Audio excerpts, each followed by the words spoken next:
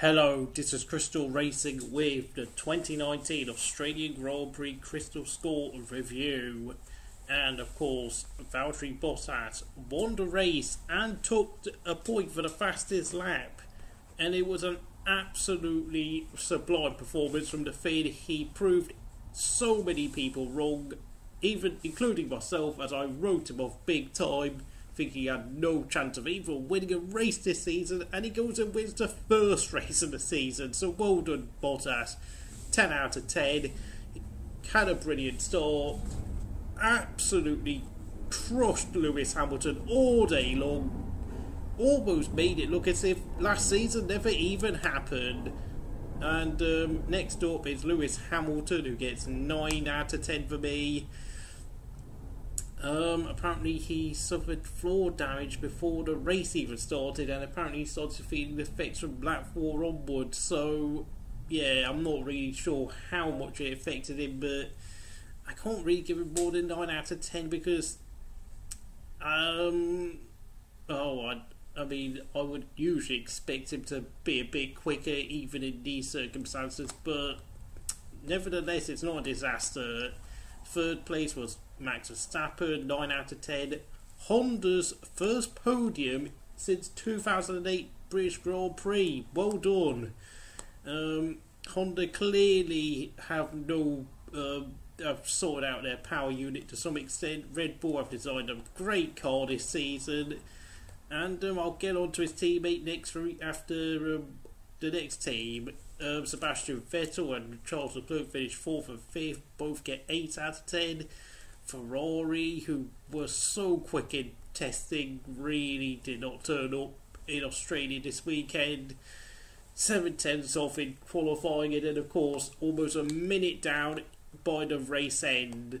And of course, I know there's been a bit of controversy over that radio message Charles Leclerc had in with his team, but the thing is, so he asked his team whether he should get past Vettel, and they advised they bet not. So he just, frankly, it wasn't the team forcing him to stay behind, it was him deciding to stay behind. Although of course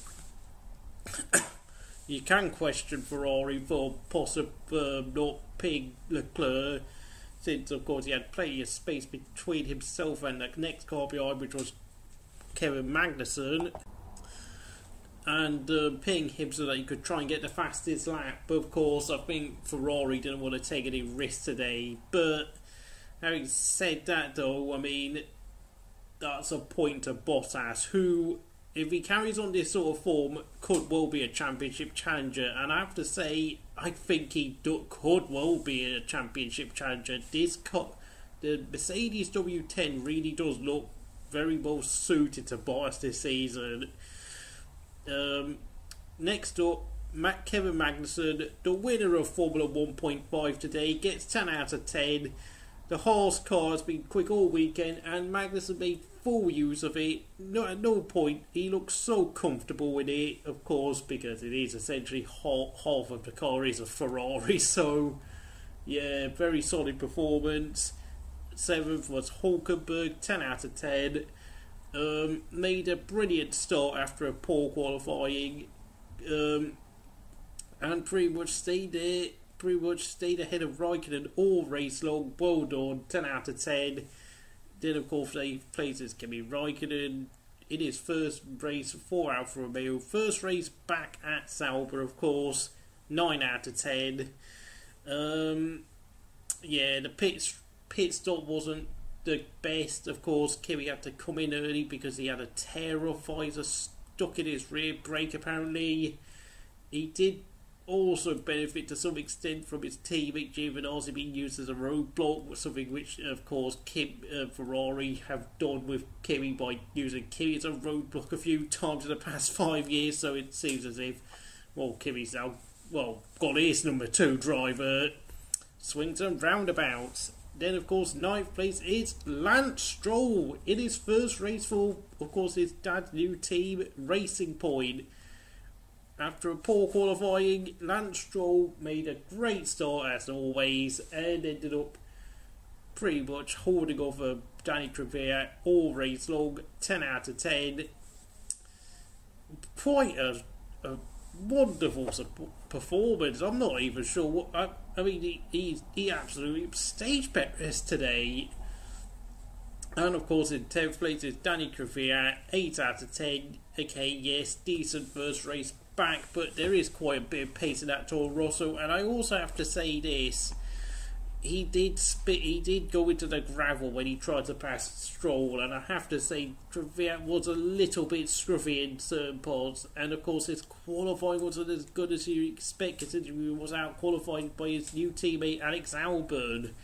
So I'm just going to give him 8 out of 10. There could have been a bit more from him. And of course, first on the non-point scorers is Pierre Gasly. I'm going to give him 7 out of 10. Went out in Q1 when it turned out to be, even though he was only 2 tenths slower than Max Verstappen, that was enough to get him knocked out in the first round of qualifying. And I have to say, he really did struggle to get past cars today. That was a really average performance. Yes, I know there was a big train lead from Hulkenberg onwards. Frankly, you would considering how many times we've seen Max Verstappen steam past people last year in that Red Bull, it's not the most impressive debut, I have to say, for Gasly. Next up is Lando Norris, 8 out of 10. Great performance, fantastic qualifying. Qualified 8th, got ahead of Kimi Raikkonen. But then in the race, bogged down a bit, got tapped his rear end with Kimi's, and unfortunately he did fall down the order a bit, but he did show a bit of some good racecraft when he took his time to overtake Giovinazzi instead of just jumping down and steaming down the inside of Giovinazzi after, of course, his teammate Carlos Sainz blew his engine. Norris waited for Giovinazzi to slip up, and Norris kept a very calm and cool head. Although, of course, I do feel as if his engine was turned down because of his teammate's misfortune. 13th place was Sergio Perez. I can only give him 6 out of 10.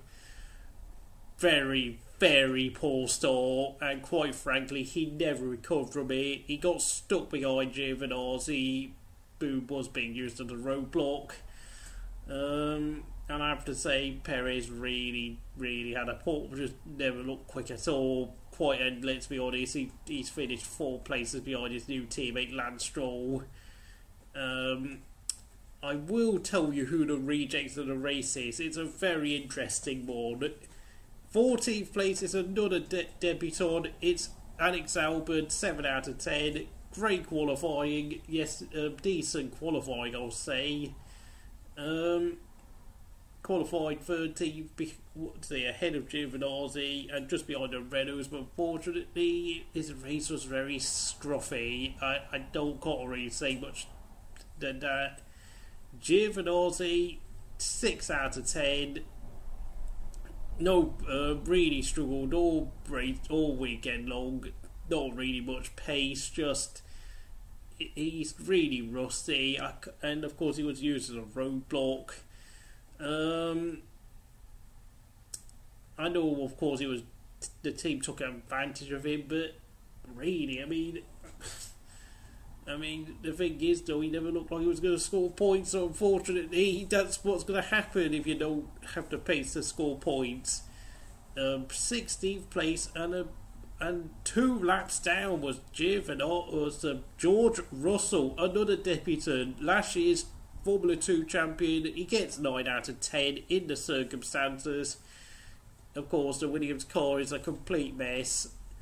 But, yeah, he showed very solid pace to make the most out of that car because, of course, last and 17th was his teammate Robert Kubica, who, for me, only gets 5 out of 10 because that was a very, very error-ridden return to Formula 1 for Kubica.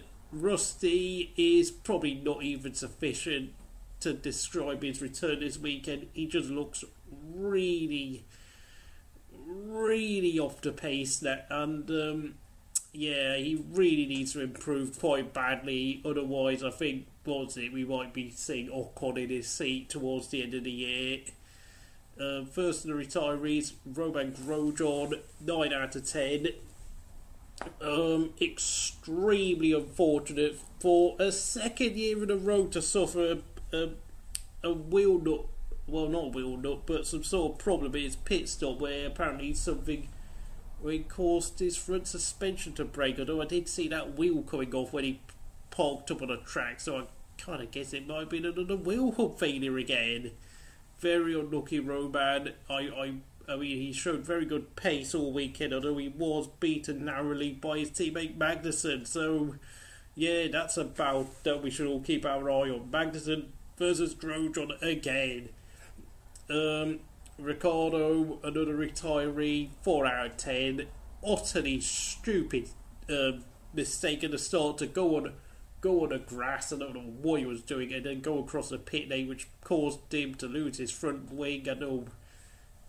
I mean, obviously, when you go off the grass at that sort of speed, you're risking damage to your car like that. And after a pit stop where he tried to get the car fixed, well, frankly, yeah, he never really had much of a chance. And then, of course, Sainz was the other retiree, but of course, I am not going to give him a score because his engine failed. I don't know what he could have been capable of. Sadly, under the circumstances, had a poor qualifying, but frankly, of course, with the engine issue, I think it must have been struggling quite a bit before then, so I'm not going to score him. And then, of course, the driver of the day, Valtteri Bottas, quite frankly, in a class of his own today.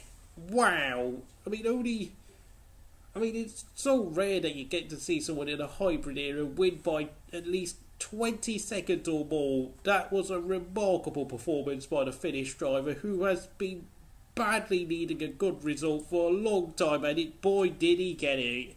And the reject of the day is Esteban Ocon. Yes, I know I could have picked a driver who was in a race today because, well, frankly, I mean, if I had to pick somebody, it would have been Daniel Ricciardo for his mistake at the start, which ultimately messed his race up. But for me, you should have seen the reaction from Esteban Ocon when he was sitting in the pits with Toto Wolff at the checkered flag. He gave out one of the most half-hearted claps because not only did Bottas win the race so dominantly, meaning that, I mean, let's be honest, it's probably going to keep Bottas in the seat for the rest of the season now, but the guy who replaced him at Racing Point, Lance Stroll, had a brilliant performance. And let's be frankly honest, I mean, Esteban Ocon's only chance of returning to Formula 1 is probably going to be in a Williams seat. So, yeah, if you enjoyed this video, please like and subscribe to Crystal Racing, and I'll see you again next time.